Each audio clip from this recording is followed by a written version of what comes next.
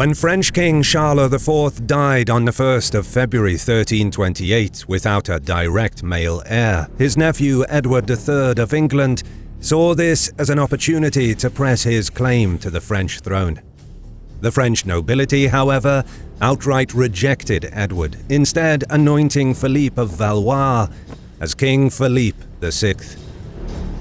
During the 1330s, Edward largely dropped the issue, his claim seemingly becoming a sideshow as the more serious disputes with France loomed large.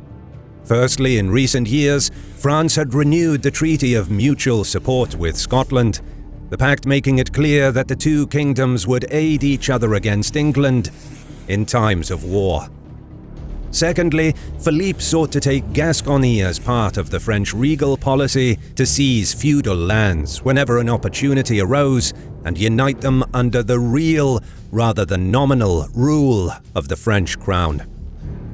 Gascony, with its lucrative wine trade, was the linchpin of the English economy. Between 30 and up to 50% of England's yearly revenue came from the duchy. Worse, Edward was perpetually in debt, regularly defaulting on his loans to Italian and Flemish bankers. Worse still, even with Gascony, the English economy was only 1/3 the size of the French. So the money flowing in from Gascony was crucial to keeping Edward's government afloat and competitive against a Franco-Scottish alliance. The King of England, thus, would not back down and was determined to hold on to Gascony. But Philippe was just as determined to seize it. In May 1337, he declared that Edward was in breach of his feudal obligations as the French king's vassal. Thus, his lands in Gascony and his title of Duke of Aquitaine were forfeit. Philippe promptly confiscated lands that Edward considered to be English possessions. The actions of the two kings were not inevitable, but their outcome became irreversible. The 100 Years' War had begun. Alright, does this look similar to my Hannibal series? Well, that's because an old fan of my channel created a video game called Carthage Bellum Punicum. You can play as Hannibal Barca and immerse yourself in the historical Second Punic War campaign. Lead the Carthaginian army from Iberia through Gaul and into Italy against the Roman Republic. The game centers on army management through a linear campaign map. Time and distance mechanics play an important role as supplies, messengers, and your orders take time to reach their destination. Convoys carrying supplies from your captured territories might take months to reach your army, risking ambushes en route.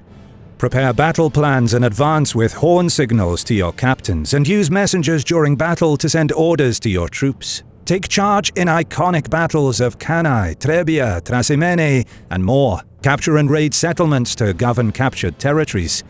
Assign reliable officials to manage these regions and ensure safe routes free from bandits. Engage with the Carthaginian Senate to request reinforcements and increase influence through senatorial bribes. Gather intelligence by scouting enemy territories. Improve your soldiers with experience gained from battles.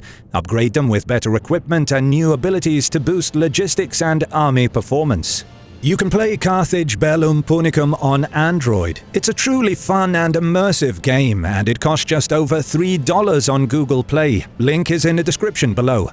You can experience battles in a simple military symbol style, focus on meticulous pre-fight planning, positioning troops, exploiting the enemy's vulnerabilities, and leveraging terrain advantages.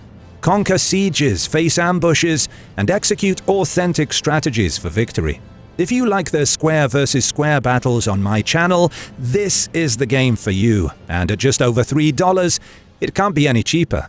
So click the link below and help support the developer to make more games like this. Embark on a journey along Hannibal Barca's historical path from Iberia to Italy, culminating in the Battle of Cannae. If you win at Cannae, seize the opportunity to rewrite history by conquering Rome.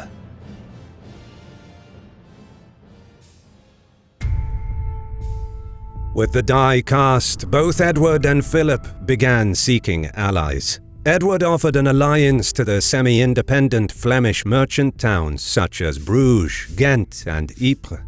These wealthy cloth-producing mercantile centres were natural allies of England, as they relied on English imported wool to craft their valuable products. The pro-English towns in Flanders, while refusing to take up arms against Philippe, their king, agreed not to interfere if Edward landed his army in Flanders. Meanwhile, the French took the initiative by launching raids against Portsmouth and the English-held Channel Islands of Alderney, Guernsey, Sark, and Jersey. That the enemy could ravage English territory unopposed was a blow to Edward's prestige. He had to counter to show strength. Sir Walter Manny, a veteran of the recent war against the Scots, was tasked with preparing the invasion of Flanders. Manny embarked with a small fleet of warships towards the Flemish coast, where he was to raid pro-French territories around the mouth of the Scheldt River. Aboard the vessels were 3,500 well-trained troops, including 1,000 knights and their squires, and 500 men-at-arms, as well as 2,000 longbowmen. The obvious target was the pro-French port of Sluis. However, the town was guarded by Louis, Count of Flanders, who had learned about the English raid from his spies. The Count ordered his brother Guy de Rickenbourg to bolster Cadzand and take command of its defense. But Manny counted on this and perhaps deliberately did not conceal his raiding operation. Because while Cadzand itself was a poor marshy island, populated by fishing villages with little in the way of plunder, it held a strategic position from where Sluis could be attacked. Manny understood that Louis could be lured into sending troops away from their fortified position at Sluis to block the English from landing at Cadzand, so close to the wealthy port. As the Flemish build-up on the island had completed, Louis departed for Paris to attend other matters. Guy now commanded a total of 5,000 men, most of whom were town militia, inexperienced in war. On the 9th of November 1337, the English vessels came within sight of Cadzand. Along the shoreline, Flemish guards could clearly spot the masts of the approaching ships from the beach. Likewise, the English aboard their ships watched the Flemish defenders on the sand dunes, their banners raised above their loose formations. They had taken up defensive positions on the dikes and the sandy beach and were situated in a good position to repel any amphibious assault. But even though the English lacked the element of surprise, the wind and tide were in their favour. Manny ordered the ships be brought as close to the shore as possible without running the vessels aground. Then the trumpets sounded. The English archers were called up onto the decks and forecastles, and with full speed the whole English fleet sailed directly for the island. When the ships came within range of the beach, English longbowmen unleashed their volleys at the Flemish troops on the shore. Some of the defenders broke under the storm of arrows and abandoned their positions, but most maintained their posts. Guy moved his troops back out of arrow range, but in doing so, he vacated the beach. Manny issued orders to send out the landing craft. The English landing force, led by the Earl of Derby, rowed out toward the beach as the longbowmen continued to provide covering fire from the decks and forecastles. When the rowboats hit the beach, the English knights and men-at-arms leapt out and charged onto the sand. The English had thought Cadzand's defences were weak and the town poorly defended, but their shore parties now found themselves outnumbered 3-1. The Flemish, under Guy de Rickenbourg, charged the English, determined to push the invaders back into the sea. As the battle lines joined, blows, each more intense than the last, turned the sand dunes red. The Earl of Derby himself was nearly cut down when he pressed too far into the enemy lines, where he was surrounded by the Flemings. Seeing this, Sir Walter Manny, who had just landed with another shore party, charged to his rescue. With his retinue at his side, Manny mauled his way through the Flemish ranks and managed to rescue his comrade in arms. He raised Derby to his feet, and the two continued fighting alongside their knights and retainers. English longbowmen from the decks of the anchored ships continued firing over the friendly lines and down into the exposed Flemish. Their deadly arrow volleys allowed the English to even the odds, felling many Flemish soldiers and sapping their morale. Guy's men finally wavered and then routed. The English pursued them towards Cadzand, cutting down many as they went. The town would soon be ransacked and looted by the English. Towards the evening, the fighting would continue within the town. By nightfall, Cadzand would be in ruins.